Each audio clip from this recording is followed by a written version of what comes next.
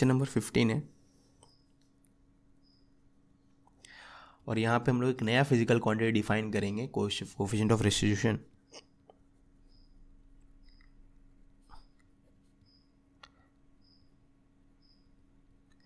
ठीक है, और इसको डिफाइन करने से आपको समझ में आएगा कि इसको क्यों डिफाइन किया जा रहा है। इसको डिफाइन करने से आपको समझ में आ जाएगा कि एनर्जी वाला इन्फॉर्मेशन देने के लिए ये एक तरीका हो सकता है। ठीक है ना, कि ड्यूरिंग कोलिजन जो है, मतलब कोलिजन के कारण कितना काइनेटिक एनर्जी सिस्टम ने लूज़ किया है वो बताने के लिए ये अच्छा पैरामीटर है। ठीक है, तो उसके हिसाब से इसको डिफाइन किया है ना। तो कोएफिशिएंट ऑफ रेस्टिट्यूशन क्या होता है, तो उसको पहले मैं डिफाइन करूँ तो ई होता है वेलोसिटी ऑफ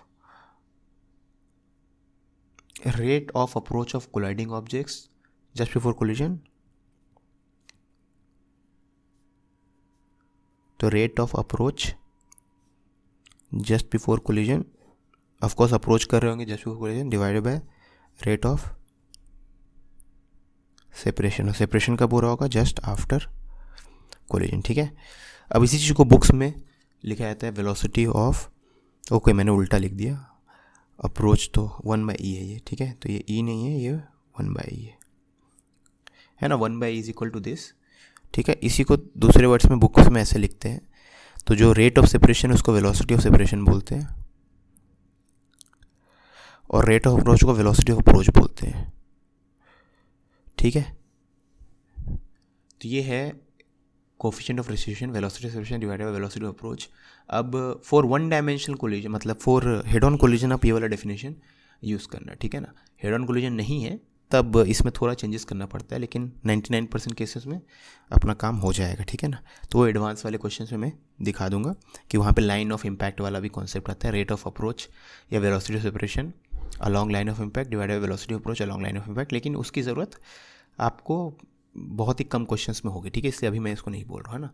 तो ये आप समझ लो, ये जो डेफिनेशन हम लिख रहे हैं ये आप हेड ऑन कोलिजन के लिए आप यूज़ करो। ठीक है, for head on collision you can use this definition, जो बहुत ही सिंपल फॉर्म है अभी, है ना। ओब्लिक कोलिजन के लिए ये डेफिनेशन नहीं रहेगा, कुछ और रहेगा, इसमें एडिशन होगा। अभी के लिए ये सही है, हेड ऑन कोलिजन के लिए ये सही है। ठीक है, तो वेलोसिटी ऑफ सेपरेशन और वेलोसिटी ऑफ अप्रोच समझने के लिए मैं कुछ एग्जाम्पल देता हूँ। सबसे पहली बात तो इसका कोई डायरेक्शन नहीं, ऑल्दो इसका नाम है वेलोसिटी ऑफ, इसलिए मैंने ऐसा लिखा। ठीक है, तो 1/e की वैल्यू होती है, वो मैंने गलती से उल्टा रेशियो लिख दिया था इसलिए 1/e लिखा है, यहाँ पर और कुछ नहीं है। तो 1/e होता है रेट ऑफ अप्रोच, या e की वैल्यू होता है रेट ऑफ सेपरेशन, किस रेट से कोलाइडिंग ऑब्जेक्ट सेपरेट हो रहे हैं। ऑफकोर्स सेपरेट हो रहे होंगे after collision, just after collision, divide by किस रेट से वो लोग अप्रोच कर रहे थे। ठीक है, अप्रोच कब कर रहे होंगे, जस्ट बिफोर कोलिजन, है ना। तो मान लो इसका मैं एग्जाम्पल देता हूँ आपको। तो यहाँ पर आपके पास दो पार्टिकल्स है, एक रेस्ट पे है और एक इस तरफ मूव कर रहा है 2 मीटर पर सेकेंड से। ठीक है, ये जस्ट बिफोर कोलिजन का सिचुएशन है और जस्ट आफ्टर कोलिजन का सिचुएशन जो है ये मान लो 1 से मूव कर रहा है। ठीक है या हाँ ठीक है, और ये मान लो 0.5 से मूव कर रहा है। ठीक है, तो ऑफकोर्स ये जस्ट बिफोर कोलिजन वाला स्टेट है, क्योंकि यहाँ पे आप देखोगे तो इनके बीच का डिस्टेंस घट रहा होगा, और ये जस्ट आफ्टर कोलिजन वाला स्टेट है ना। तो वेलोसिटी ऑफ अप्रोच हमेशा ये मत सोचना वेलोसिटी ऑफ अप्रोच दोनों तरफ हो सकता है, नहीं, एक ही तरफ होगा। अप्रोच कब हो रहा होगा, बिफोर कोलिजन, सेपरेट कब हो रहा होगा, आफ्टर कोलिजन। ठीक है ना, तो यहाँ पर अगर वेलोसिटी ऑफ अप्रोच पूछूँ मैं तो बेसिकली इनके बीच का सेपरेशन किस रेट से घट रहा है, 2 के रेट से। तो वेलोसिटी ऑफ अप्रोच है 2। ठीक है, और वेलोसिटी ऑफ सेपरेशन, इनके बीच का सेपरेशन किस रेट से घट रहा है। तो अगर आप इस पर ध्यान दो, ये भी सेपरेशन मदद कर रहा है, ये भी से दूर जा रहा है और ये भी से दूर जा रहा है ना, तो दोनों ही सेपरेशन मदद कर रहे हैं, तो वेलोसिटी सेपरेशन इतना हो जाएगा। ठीक है, तो इस पर ध्यान देना, ये नहीं कि एक को प्लस ले लिया एक को माइनस ले लिया अपोजिट डायरेक्शन में, वो नहीं है। ठीक है, वेलोसिटी ऑफ अप्रोच का मतलब किस रेट से इनके बीच का डिस्टेंस घट रहा है और वेलोसिटी सेपरेशन में किस रेट से बढ़ रहा है। तो अगर दोनों ही अप्रोच में मदद करेंगे तो दोनों को ऐड करेंगे। यहाँ तो एक रुका हुआ है, बस यही पास जाने का कोशिश कर रहा है, यहाँ पे दोनों एक दूसरे से दूर जाने की कोशिश कर रहे हैं, तो अप्रोच में दोनों का स्पीड्स को ऐड कर देंगे। ठीक है, तो यहाँ पे इस पर्टिकुलर सिचुएशन के लिए कोएफिशिएंट ऑफ रेस्टिट्यूशन आएगा, वेलोसिटी ऑफ सेपरेशन है 1.5 डिवाइडेड वेलोसिटी ऑफ अप्रोच यानी 0.75। ठीक है, और एक एग्जांपल लेता हूँ मैं। तो मान लो ये दोनों ऑब्जेक्ट्स एक दूसरे को अप्रोच कर रहे, एक 2 से अप्रोच कर रहा, मतलब 2 से इसकी तरफ जा रहा है, एक 3 से जा रहा है। ठीक है, तो जस्ट बिफोर कोलिजन ये स्टेट है और जस्ट आफ्टर कोलिजन ये इस तरफ जा रहा है, ये इस तरफ जा रहा है। तो 2 और 3 से जा रहे थे, मान लो ये 3 और 2 हो गए, ठीक है। तो यहाँ पे बिफोर कोलिजन आप देख सकते हो कैसे कितने से अप्रोच कर रहे हैं, तो ये भी अप्रोच में मत कर, ये भी पास जाना चाहता है, ये पास जाना चाहता है, तो वेलोसिटी ऑफ अप्रोच हो जाएगा 2 + 3, ठीक है।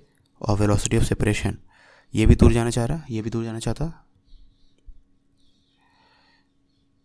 तो यहाँ पे ई की value velocity of separation divided velocity of approach 5/5 यानी 1, ठीक है। और यहाँ पे एग्जांपल ले लेते हैं 1-2, है ना। तो मान लो यहाँ पे ये दोनों ऑब्जेक्ट्स जो है ये इस तरफ जा रहा है, ये इस तरफ जा रहा है, ये 3 से जा रहा है, 2 से जा रहा है, ठीक है। तो जस्ट बिफोर कोलिजन ये स्टेट है, और जस्ट आफ्टर कोलिजन आपका ये 3 से जा रहा है और ये 1 से जा रहा है, ठीक है। ओके, तो वेलोसिटी ऑफ सेपरेशन क्या है, तो सेपरेशन में देखो 3 मदद कर रहा है, 3 तो दूर जा रहा है लेकिन 1 पास जा रहा है, तो सेपरेशन में एस में 3 मदद कर रहा है लेकिन 1 मदद नहीं कर रहा, तो ये हो जाएगा 2, ये हो गया वेलोसिटी ऑफ सेपरेशन। और वेलोसिटी ऑफ अप्रोच की बात करें तो ये देखो 3 मीटर पर सेकेंड तो मदद कर रहा है, 2 मीटर पर सेकेंड दूर जा रहा है ना, तो अप्रोच में 3 मदद कर रहा है लेकिन 2 मदद नहीं कर रहा, तो ये 1 हो गया, ठीक है। तो इस पर्टिकुलर केस में ई की value velocity of separation divided by velocity of approach, ठीक है। तो मैंने डेटा इतना गंदा लिया है कि यहाँ पे ई ग्रेटर देन 1 आ गया, ई की वैल्यू ग्रेटर देन 1 नहीं आएगी, तो यहाँ पे इसको चेंज कर लेते हैं। ओके, तो क्यों ये आया है, इसको कम चाहिए ना, तो इसको 2.5 कर दो, ठीक है। तो 3 - 2.5 तो ये 0.5 हो जाएगा, है ना, ठीक है। तो ई की value velocity of separation divided velocity of approach, तो ये 0.5 आ जाएगा, ठीक है। जस्ट मैंने डेटा वैसा ले लिया था कि ई की वैल्यू 1 से बड़ी आ गई, वो 1 से बड़ी नहीं आएगी, ठीक है। उसका भी कारण आपको दिख जाएगा, ई को वैसा डिफाइन ही किया गया है कि ई कभी भी बाय डेफिनेशन हो ग्रेटर देन 1 आ ही नहीं सकता, otherwise kinetic energy colliding objects gain कर लेगा, ठीक है, विच इज़ नॉट पॉसिबल, है ना। ओके, तो ये अलग अलग केस था। तो जो भी सेपरेशन मदद करेगा उसको प्लस में लिखना है, और जो सेपरेशन के अपोजिट होगा उसको माइनस में लिखना है। वैसे जस्ट बिफोर कोलिजन जो अप्रोच में मदद करेगा, जैसे यहाँ पे 3 मीटर पर सेकंड मदद कर रहा है, और जो अप्रोच के अपोजिट है जो दूर भागना चाह रहा है, जैसे 3 इसके देख इस पे, ये तो दूर भागना चाह रहा है ना, ये तो इसके पास आना चाह रहा है, तो अप्रोच में ये मदद कर रहा है, ये मदद नहीं कर रहा, तो जो मदद करेगा उसको प्लस में लिखना है। वैसे वेलोसिटी सेपरेशन में जो मदद करेगा, तो 3 यहाँ पे मदद कर रहा है, 2.5 से तो पास जाना चाह रहा है, तो उसको सब्ट्रैक्ट कर देंगे, ठीक है। ऐसा भी केस हो सकता है कि दोनों मदद कर रहे हैं, ठीक है, तो ये दोनों एक 1 से जा रहा है, 2 से जा रहा है, तो वेलोसिटी ऑफ अप्रोच हो जाएगा, दोनों मदद कर रहे हैं तो 1 + 2, ठीक है। और वेलोसिटी सेपरेशन में मान लो ये आपका इस तरफ जा रहा है 0.1 से, और ये इस तरफ जा रहा है कुछ 2 से, तो वेलोसिटी ऑफ सेपरेशन आप देखोगे तो 2 - 0.1 यानी 0.9, तो यहाँ पे कोफिशिएंट ऑफ रेस्टिट्यूशन हो जाएगा इतना, ठीक है। तो जो कोफिशिएंट ऑफ रेस्टिट्यूशन है वो इक्वल टू 0 है, तो इसको बोलते हैं perfectly inelastic collision. Equal to 1 मतलब परफेक्टली इलास्टिक कोलिजन, और 0 से 1 के बीच में पार्शियल वाले केसेस, है ना। तो ये एक्सट्रीम केसेस है, ठीक है। तो ये maximum value of minimum value of e है, ठीक है ना। तो ई का मिनिमम वैल्यू 0 है और ई का मैक्सिमम वैल्यू 1 है, ठीक है। बाकी केस में जो ई की वैल्यू रहेगी इसको बोलते हैं हम लोग पार्शियली इलास्टिक या पार्शियली इन इलास्टिक कोलिजन, ठीक है। पार्शियली इलास्टिक या इन इलास्टिक जो बोलने बोलो, मैं पार्शियली इलास्टिक बोलता हूँ, ऑलराइट, ठीक है ना।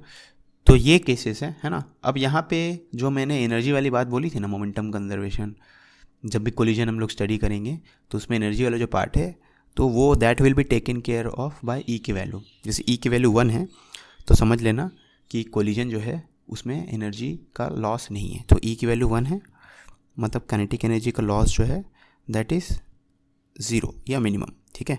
ई इक्वल टू 0 है तो काइनेटिक एनर्जी का लॉस इज़ मैक्सिमम, ठीक है। और यहाँ पे काइनेटिक एनर्जी का जो लॉस रहेगा वो 0 से मैक्सिमम के बीच में रहेगा, ठीक है ना, ठीक है। मतलब समझ लो ई को ऐसा डिफाइन ही किया गया है कि ई इक्वल टू 1 में लॉस इन काइनेटिक एनर्जी 0 हो जाएगा, ठीक है। इक्वल टू 0 पे loss in kinetic energy maximum हो जाएगा, ठीक है। और ई इक्वल टू ई की वैल्यू 0 से 1 के बीच में कुछ भी, मान लो 0.7 है तो वहाँ पे लॉस की वैल्यू मैक्सिमम और 0 के बीच में कुछ रहेगा, ठीक है। तो ई के टर्म्स में हम लोग एनर्जी वाला पार्ट के बारे में बातचीत बहुत आसानी से कर सकते हैं, ठीक है ना, कि कोलिजन में कितना एनर्जी कोलिजन के कारण लूज़ हुआ है वो हम लोग ई के टर्म्स में स्पेसिफाई कर सकते, मतलब ई के टर्म्स में ई एक पैरामीटर है उसको बताने का, ठीक है।